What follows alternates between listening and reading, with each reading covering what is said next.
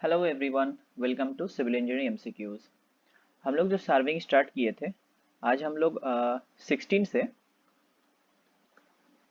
20 तक 5 क्वेश्चन करेंगे। Details solution हम लोग करेंगे और डिटेल्स हम लोग पढ़ेंगे। ओके, आपसे एक रिक्वेस्ट है कि प्लीज़ चैनल को ज़रूर सब्सक्राइब करिएगा एंड वीडियो को अंत तक देखिएगा। आप लोगों में से 70% वीडियो को चैनल को सब्सक्राइब नहीं कर रहे हैं, तो आप लोगों से गुजारिश है कि चैनल को ज़रूर सब्सक्राइब करिएगा। ओके, शुरू करते हैं। पहले वीडियो को पॉज करके ये वाला जो मैथ दिया हुआ है इसको आप लोग कर लीजिएगा, पहले सॉल्व कर लीजिए। ओके, अच्छा, यहाँ पे छोटा सा एक मैथ दिया हुआ है जो ट्रू लेंथ और मेजर्ड लेंथ के बीच में एक मैथ आता है, आप लोगों को सब परिचित होंगे। तो यहाँ पे क्या बोला है, ट्रू लेंथ दिया हुआ है, इसका जो फॉर्मूला आता है वो है capital L equals to small L dash divided by small L into L dash. एक चीज आप लोग ध्यान रखिएगा, यहाँ पे इसको याद रखने के लिए this is true measured length और एक्चुअल जो लेंथ है वही वाला है ये एल, और ये भी जिससे हम लोग मेजर कर रहे हैं टेप या चेन, उसका ट्रू लेंथ है। ये अगर 20 मीटर तो 20 मीटर ही होगा, ठीक है, चेंज होता है यही दोनों। तो फॉर्मूला से क्या है, इसको याद रखने के लिए ट्रू ट्रू, ये आपका नेगेटिव या फॉल्स और ये फॉल्स, ये दोनों फॉल्स और ये दोनों रिलेशन रहेगा।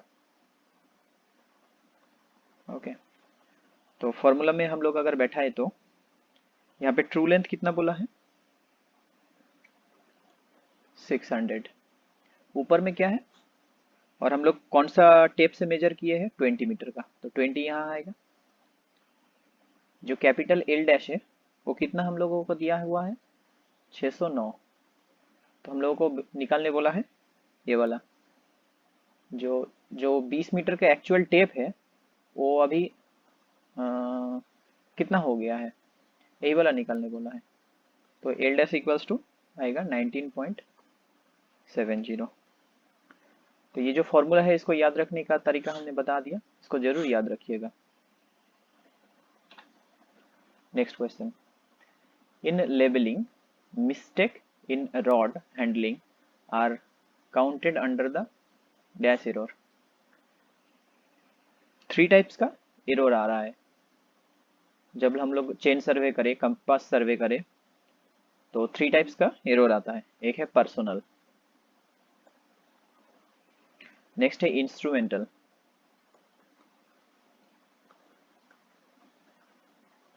And third natural.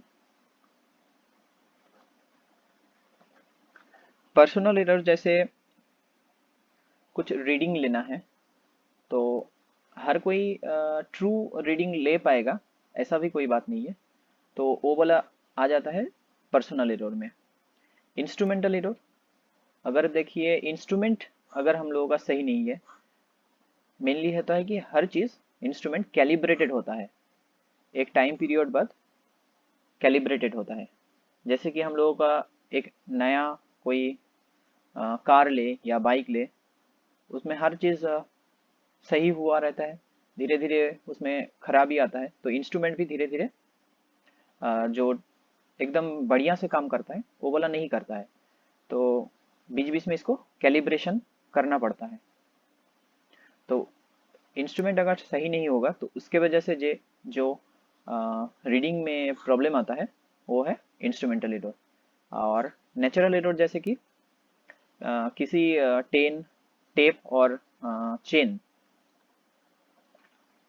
मेरा 30 डिग्री में कैलिब्रेटेड हुआ है, मतलब ये 30 डिग्री में अगर 20 मीटर का चेन है तो ये 30 डिग्री सेल्सियस में ही 20 मीटर लेंथ प्रोवाइड करेगा, और हर जगह 30 डिग्री टेम्परेचर नहीं भी हो सकता है, कहीं पे 40 हो जाएगा, 40 डिग्री सेल्सियस, तो उसका लेंथ बढ़ जाएगा, ऐसा भी हो सकता है। 20.1। तो ये वाला जो है रॉड हैंडलिंग, ये वाला आ जाएगा पर्सनल एरर में। हम लोग लेवलिंग में बताया हुआ है, जैसे हम लोग इसको वर्टिकल रखना है, हम लोग वर्टिकल नहीं रख के थोड़ा सा टिल्ट अगर कर दे, यहाँ पे सोचिए मानिए आपका इंस्ट्रूमेंट है, ओके, लेवलिंग इंस्ट्रूमेंट, तो अगर टिल्ट हो जाए तो यही सब पर्सनल एरर में आ जाएगा। Okay, next question. The degree of fineness and care with which any physical measurement is made is known as degree of fineness and care। तो ऑब्वियसली सर्वे में हम लोग बहुत ही फाइननेस एंड केयर से ही करना पड़ता है, बहुत एक्यूरेट होना चाहिए, तो ये है प्रिसीशन।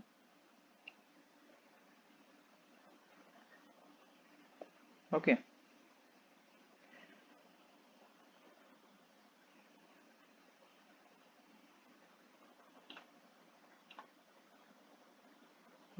ये वाला क्वेश्चन के साथ हम लोग सभी परिचित हैं। ये वाला लाइन को बहुत ही बढ़िया से याद कर लीजिएगा। कभी कभी हम लोगों को एग्जाम के टेंशन रहता है तो ये वाला चीज़ हम लोग पलट देते हैं।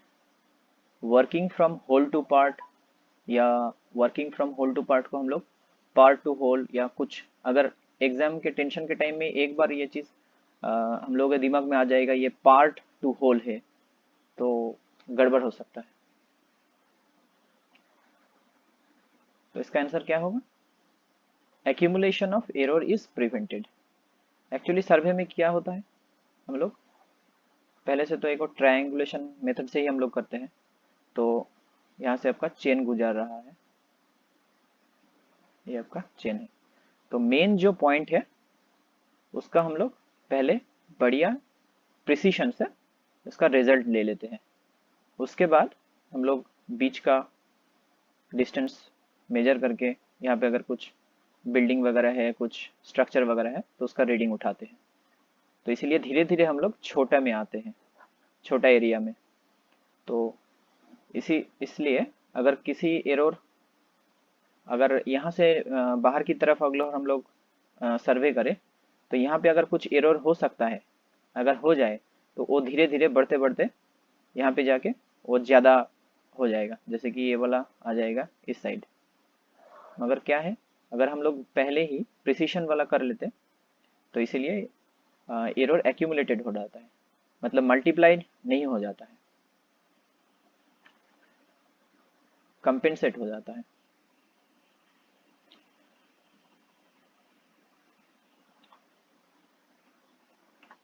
अच्छा, नेक्स्ट क्वेश्चन, ये भी बहुत ही इंपॉर्टेंट है, इसको हम लोग कैसे याद रखिएगा। जैसे ये मेरा ट्रू एक लेंथ है, ठीक है, 20 मीटर ही है, और इसको हम लोग एक टेप से अगर मेजर करेंगे तो टेप अगर सैग हो जाएगा, ओके, टेप अगर मानिए सैग हो गया, 20 मीटर बहुत बढ़िया डिस्टेंस है, मतलब लॉन्ग डिस्टेंस है, तो सैग हो जाएगा। ये भी मेरा 20 मीटर ही टेप है, तो क्या है, इसका एक्चुअल लेंथ है 20 मीटर यहाँ से यहाँ तक, मगर मेरे को दिखा रहा है यही 20 मीटर है। तो क्या किया, ये वाला लेंथ हम लोग कम मापे। कम मापे मतलब अगर फिर यहाँ से मेरे को अगर बोलेगे कि ये वाला लेंथ मेरे को मेजर करना है, तो हम लोग फिर यहाँ से टेप यहाँ से पकड़ेंगे तो ये वाला लेंथ ज़्यादा हो जाएगा। तो क्या हो रहा है, यहाँ पे पहले एरर होता है, एरर क्या हो गया, ये वाला लेंथ तो फिर 20.1 हो जाएगा यहाँ तक, तो एरर हो जा रहा है, ये वाला हो रहा है, तो एरर मेरा 20 से ज़्यादा हो रहा है, मतलब एरर पॉजिटिव हो रहा है, तो ऑब्वियसली करेक्शन क्या होगा, करेक्शन मेरा नेगेटिव। एक्चुअली तो मेरा 20 मीटर ही है, तो ये वाला लेंथ आ रहा है, बस इसको थोड़ा प्रैक्टिकली आप लोग ड्राइंग में अगर एग्जाम में आए, अगर याद नहीं है तो प्रैक्टिकली थोड़ा इस टाइप से सोच लीजिएगा।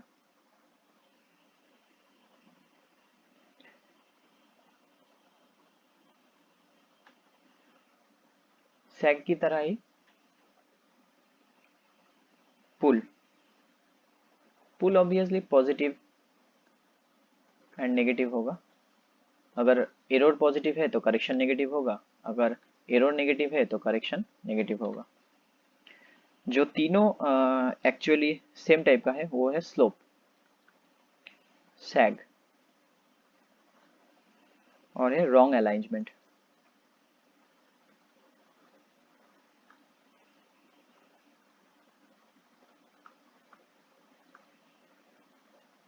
इसका अगर चार्ट बनाए तो पहले होगा एरर, उसके बाद हम लोग करेक्शन करेंगे। ओके, ये होता है कि ये जो तीनों हैं ऑलवेज